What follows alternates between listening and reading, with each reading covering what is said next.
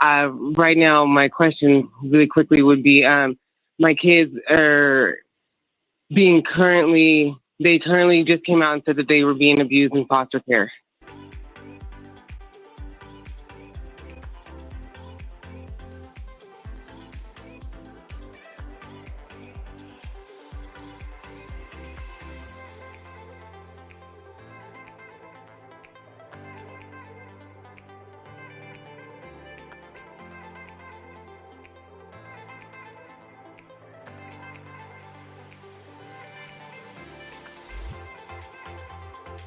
All right, we're back. This is The Secret, How to Fight CPS and Win, and I'm joined tonight by my co-host, attorney Jennifer Ani, and social media influencer Miss G, Georgette Truin.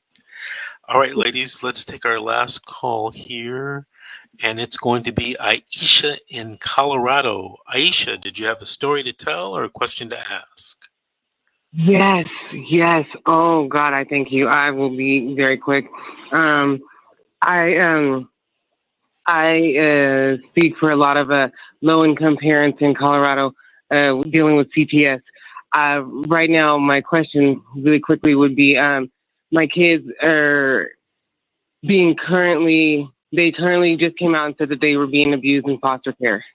Mind you, this case is illegal from the beginning. I mean, we had 6 investigations all within 1 year, not one open case. This happened on number 7. They've done nothing but illegal things in this case. I think they didn't think that I would push it how much I have. I mean, I've got out here with a bullhorn and posters and protesting in front of these buildings on my own, just me. And I started making a big fuss about it. I started making a lot of contacts. I've even contacted the head of Human Services. I went as far as contacting the Children's Bureau about their funding, everything. And one of the main things I heard you guys talk about is reasonable efforts being made in each case, and they are not being made. And it's not just because of COVID. It's, their way.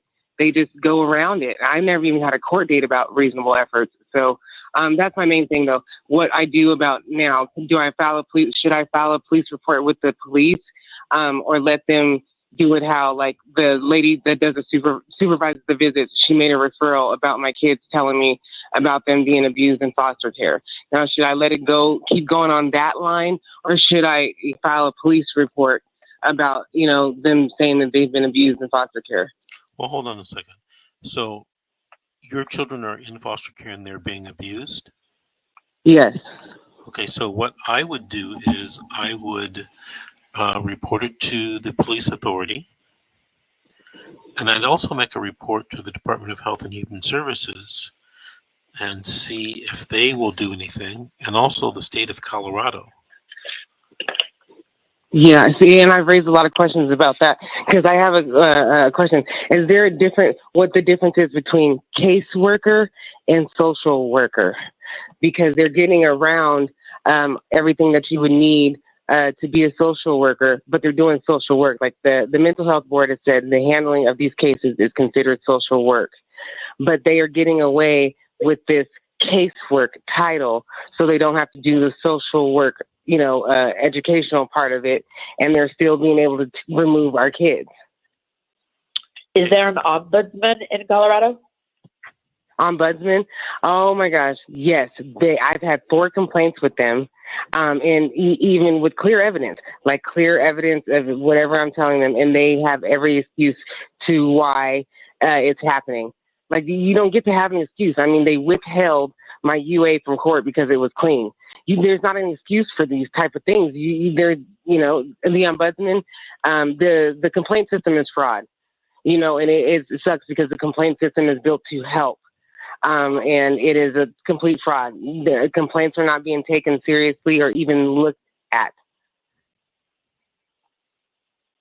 So I don't even, who oversees the ombudsman? Like, who would I complain to on the ombudsman?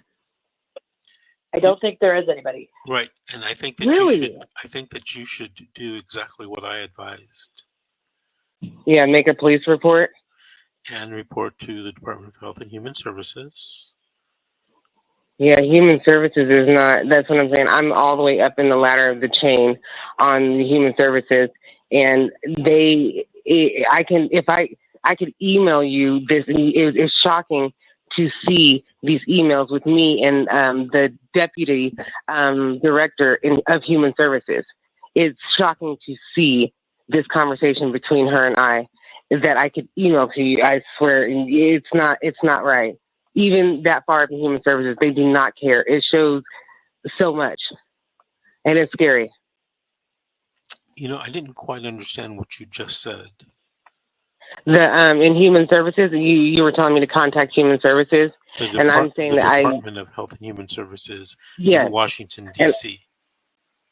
In Washington, D.C. Now I see the difference. Okay. Yeah, it's a federal agency. On Colorado, I'm up at the deputy director, and our conversation is shocking. So this would be a federal agency, and the Department of Health and Human Services have the rules and regulations that govern all CPS in the United States. They are the federal overwatch. Okay. Because it's really federal money that drives all of the CPS, cases and social workers in the United States. It's federal money that is controlling all of this. Yeah. Is there a way that I could email you, though? I just really wanted you to take a look at this, at where, how high up this case is. You can email me. If you can take a look and I can get a consultation. Okay, you can email me at v.davis. Okay. At vincentwdavis.com. Okay. I believe that's the email that I have. Okay. Okay, yes. Yeah, and hopefully I can set up a consultation because it is something. And even if you're not able to help me, I really just need you to see this information because this is shocking and blatantly disrespectful to the law and rules and regulations in all ways.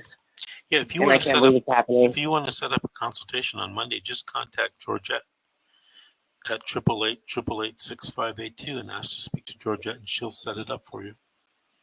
Oh yeah, I will do it. Yeah, I've spoken with Georgette before, so yeah, I will get her again and hopefully get a consultation with you or your coworker. Okay. Well, Aisha, thank you for calling and thank you for listening from the great state of Colorado. Call in 4 or 5 weeks and let us know what's going on. Give us an update, okay? Thank you so very much. All righty, Aisha. Thank you very much.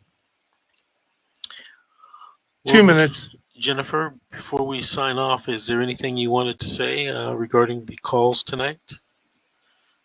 No, thank you for having me on the show. It's always good to be able to help callers. I hope that they were able to gain a little bit from us tonight. Well, great. Thank you for being on the show. Georgette, anything last words you wanted to say to the callers? Yes, I just want to tell everyone to not stop fighting and to gain knowledge and to understand the law better. And if they need anything and if they need to speak with you or Jennifer, they're more than welcome to reach me, like you said, and I'll be happy to set a consultation up for both of you. Very good. Either one of you, I mean. Well, thank you both for being on the show. And I just want to let the audience know that we will not be preempted until August when USC football comes back on. So we will be on the same time next week from 7 p.m. to 10 p.m., our regular time, here on KABC Radio 790 AM. Talk radio. And you can also find us on kabc.com. You can listen to a simulcast, and you can also listen and watch the simulcast of this show if you go to Facebook and go to The Secret: How to Fight CPS and Win. You can watch all the shows there, the video portion of the shows. All right. Thank you, everyone, for listening, and we'll see you next week on the radio.